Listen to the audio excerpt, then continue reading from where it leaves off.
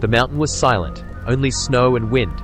A man walked alone, white robes trailing like mist. A sword rested at his side, a silent promise. His name was Jiang Mo, a disciple of Wu-Tang, sent to guard what few could touch. But fate stirred.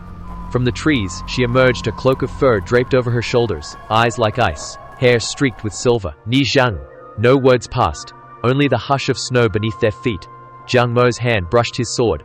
She did not flinch, she only watched. Two figures, bound by forces unknown. Two paths crossing, forever changed. The White Wolf and the Man in White, a story yet unwritten. The White Hair Wolf. Night fell, but peace did not follow. The lanterns burned softly, trembling in the dark. Then came the soldiers. Steel shattered wood. Torches devoured silence. Screams rose beneath the pale moon, their echoes swallowed by the crackling fire. Smoke twisted through the night, thick and bitter. Her father's name was spat like venom. Traitor. Her mother said nothing, not a cry, not a plea, only the embers answered. Beneath the floor, Ni Zhang hid, eyes wide, breath shallow, heart silent. She saw it all, the shadows of blades, the glow of flames, the world she knew collapsing into ash. By dawn, there was nothing. No home, no family, no name. The girl who once lived there was gone. Only the embers remained. Snow covered everything, swallowing even the sound of her breath. Barefoot and frozen, she wandered deeper into the trees. No path, no food, only the endless cold and the hunger that gnawed without mercy. Her voice was the first to vanish, lost to the biting wind. Then her name slipped away, scattered like ashes. The girl she had once been, the daughter, the child, faded into memory. The forest did not welcome her. Its branches clawed at her skin, and its shadows whispered her fears. But it did not turn her away, so she kept walking. Step by step, barely human, no past to claim, no future to seek. Until the snow no longer chilled her, until the silence no longer frightened her, until she became something else. They circled her in silence, their eyes gleaming in the pale light. Breath rose in soft clouds, curling through the bitter cold. And she did not run. She did not cry. She only knelt, the snow biting her skin. Alone, yet unafraid. The wolves watched, their silver forms shifting like shadows. And somehow, they understood. There was no fear in her gaze, no plea for mercy. Only the quiet resolve of one who had lost everything. She was not like the others. No home, no name, only the echo of what had been. And now, she belonged to the wild, not as prey, but as one of them. The wind howled across the cliffs, tearing through the night, but she stood unmoved, wrapped in fur, sword in hand, the weight of steel familiar now. Her hair, once dark, was streaked with white, not from age, but from everything she had endured. Every step through the snow, every howl that answered her own. She had taken her first life, not in the name of vengeance, but to protect what could not defend itself. Blood had stained the snow, yet no tears fell. The girl was gone. The silence remained.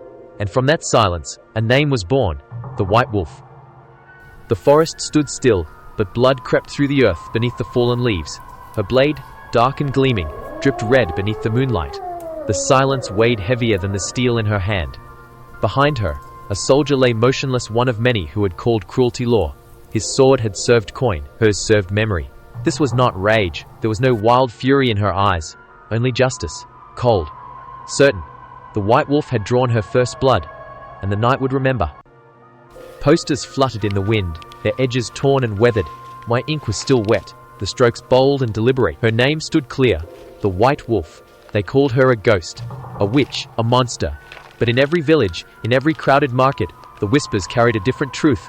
Not fear, not hatred, wonder. She moved among them, silent and unseen, cloaked in shadows, her hood drawn low, her eyes never met theirs. Yet they knew a presence that lingered long after she had passed. No one knew her face, only the stories, only the trail she left behind. The tea was warm, the room still. Shadows danced along the walls, but she paid them no mind. She sat alone, sipping slowly, as if danger was a passing breeze. Then, the door creaks open. A figure slipped inside. His steps were light, his hands ready, and his heart heavy with orders. He had come for a ghost, a name whispered in fear. But what he found was a storm. No words were spoken. No cries broke the silence. Only the swift promise of steel. And when the stillness returned, the cup remained steam curling into the air, untouched. She walked out alone, as always. Steel met steel at the river's edge, each clash ringing through the mist. Water splashed beneath their feet, rippling with every step. Their eyes locked, steady, unrelenting. Neither was willing to yield. He was the Empire's finest, disciplined, precise. Every movement was measured, and every strike was a lesson in control. But she moved like the wind through the trees. Fluid, untamed, a force that could not be caged. She matched him, step for step, strike for strike. The rhythm of their battle echoed like a heartbeat. She could have ended it. The opening was there, a flash of vulnerability, a single breath, too slow. But she didn't. Instead, she left him standing, breath ragged, sword lowered. The river still remembered their fight, but she was already gone. And the question, who was she, followed him, forever. They walked without speaking, the snow falling softly between them, step by step, path by path. She did not trust him, not yet. The weight of his presence stirred the memories she tried to bury. But he did not fear her, not like the others. His eyes held no judgment, only questions left unspoken. The silence stretched long, a cold wind threading through it, but it did not break. And sometimes, that's how bonds begin, not with words, but with the choice to keep walking. The fire cracked softly, casting flickers of light against the shadows. Steam curled from the teapot, rising into the still air. She poured without a word. He said nothing. She didn't trust him. Not yet. The weight of unspoken questions lingered between them. But he didn't fear her, not like the stories said he should. Their eyes met only in fleeting glances, cautious, searching. Yet neither could look away for long. No threats were exchanged, no names were offered. Only the quiet comfort of warmth, shared without demand. For one night she was not a ghost, and he was not her enemy. The candle flickered, shadows trembling against the walls. The crimson seal gleamed, wax still soft. Jiang Mo unrolled the scroll, his eyes tracing the words. His orders were clear, and his loyalty was unquestioned. From the dark, she watched, hidden, unmoving. Her eyes betrayed nothing. Her heart made no sound. A sacred medicine, they claimed, a cure for a dying king. But the court behind those words reeked of something fouler. Corruption clung to the edges of every command. The rot was spreading. She saw the truth, though no words passed her lips. In silence, it was plain. But Jiang Mo did not see. Not yet. The camp was quiet. Too quiet. No guards left standing. No fire still burning. Only the cold remains of what once was. The medicine was gone, and she was the only one still breathing. Smoke curled lazily in the air, twisting like the last breath of trust. The weight of the silence pressed down, heavier than any chain. She hadn't taken it. She knew that. But truth held no power here, not against the whispers that would soon rise. No one would believe her. The trap was already set. And her name, Thiffi, was already ash. The snow fell, quiet as breath. But her blood was loud. His sword hung at his side, crimson streaked across its steel. His hand shook, though the cold was not to blame. She met his gaze. No anger, no plea, only silence. He had believed the lie, wrapped in duty, bound by orders. And now, he had buried it deep within her chest. Still, she did not fall. Not yet. The snow clung to her like the earth refused to let her go. But something else fell. Something between them. Forever. She didn't speak, didn't look back. The snow swallowed her steps and the mist carried away her name. She let him live. But in doing so, she left everything behind. Hope. Trust. The fragile part of her that was once believed. There was no road to return to. No voice to call her back. Only the endless woods, where shadows moved without question. Only the silence, which neither judged nor forgave. The white wolf was gone, and no one would follow. The stream whispered, its waters weaving secrets through the stillness. But she said nothing. She knelt at its edge, gazing down, and there, in the shifting reflection, she saw a stranger. Her hair, once streaked with silver, was now pure white. Not from magic, not from time, but from grief. The girl she had been could not survive the blade, and she could not withstand the silence that followed. Piece by piece, she had faded, like footprints lost beneath the snow. Only the white wolf remained. The scroll lay open, old ink, sharp truth. His eyes traced the mark, a name buried in shadows, a name whispered in guilt and fear. One of their own, but not her, never her. The blade he had drawn was meant for a traitor, steeled by duty, blinded by trust in the wrong hands, but it struck the only one who had never lied. The truth came too late.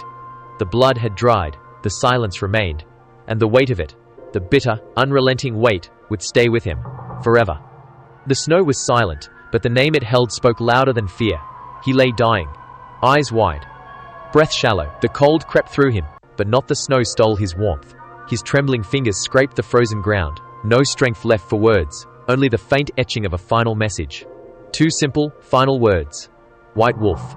The villagers gathered, their faces pale beneath the fading light. They did not speak, they only watched. She was a warning for some, the ghost in the storm, the shadow of reckoning. She was a prayer for others, justice born from sorrow, the howl that answered the silence.